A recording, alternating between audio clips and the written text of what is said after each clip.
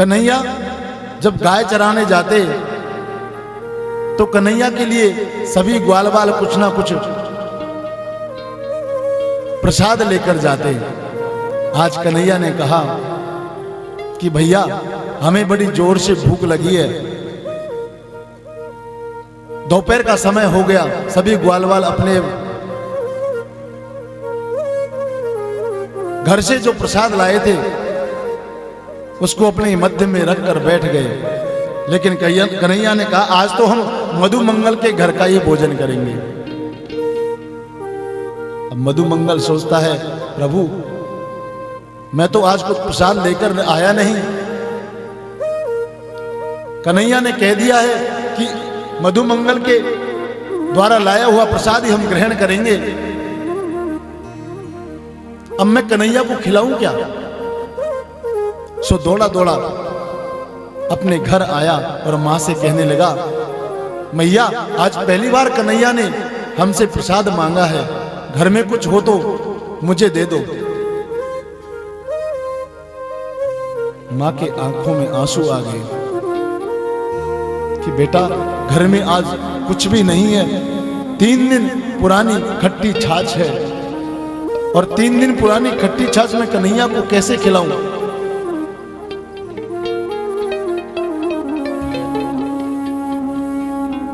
लेकिन मधुमंगल उस छाछ को लेकर के वापस वन में आ गया और एक पेड़ के पीछे छुपकर बैठ गया और कहने लगा, मन में सोचने लगा यदि ये खट्टी छाछ पिलाऊंगा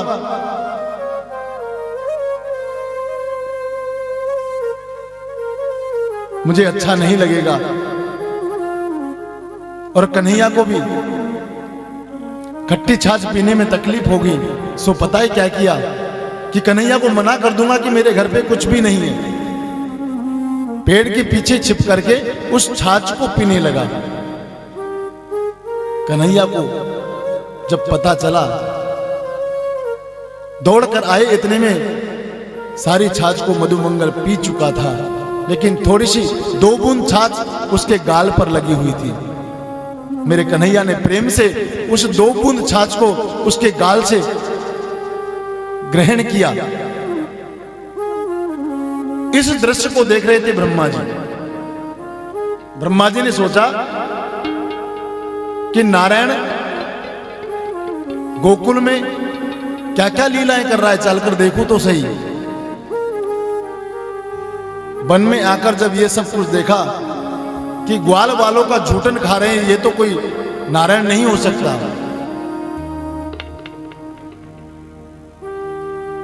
सो ब्रह्मा जी ने क्या किया, ग्वाल वाल जितने भी थे, जितनी गायें थी, सबको चुराकर ब्रह्मलोक में ले गए और उधर से आ गया अगासुर।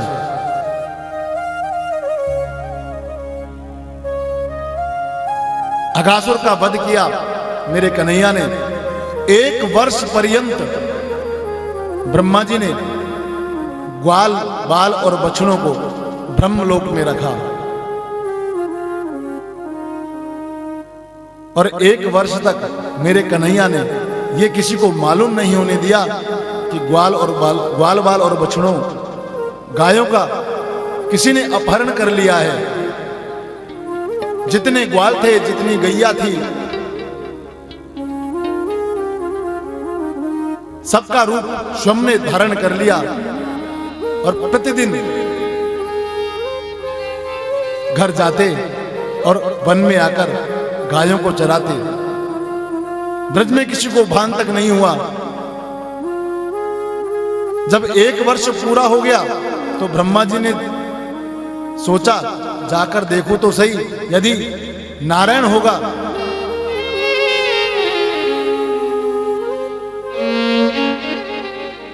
तो मैं पहचान लूंगा। सो ब्रज में आकर देखा, उतने ही ग्वाल, उतने ही गैया और कन्हैया बीच में खड़े होकर के सभी गायों को चरा रहे, ग्वाल वालों से बातें कर रहे हैं।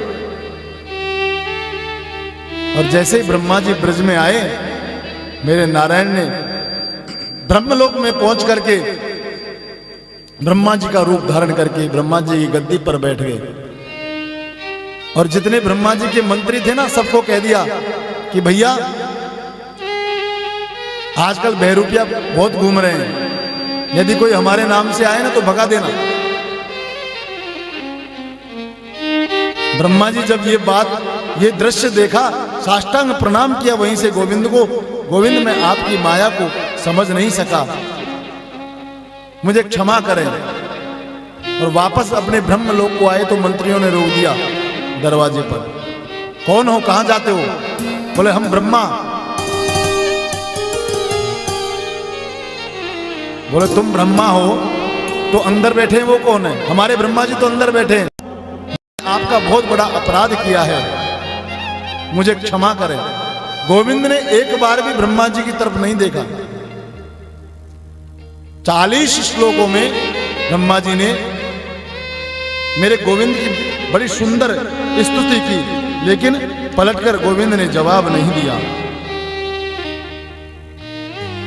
नौमिड्यते प्रवपुषे तडितंबराय गुंजावतंस परिपिच्छल सन्मुखाय वन्यास्रजे कवलवेत्र विशान वेणु लक्ष्माश्रिये मृदुपते पशुपांगनाय। हे प्रभु, मैं आपकी महिमा का कहां तक वर्णन करूं?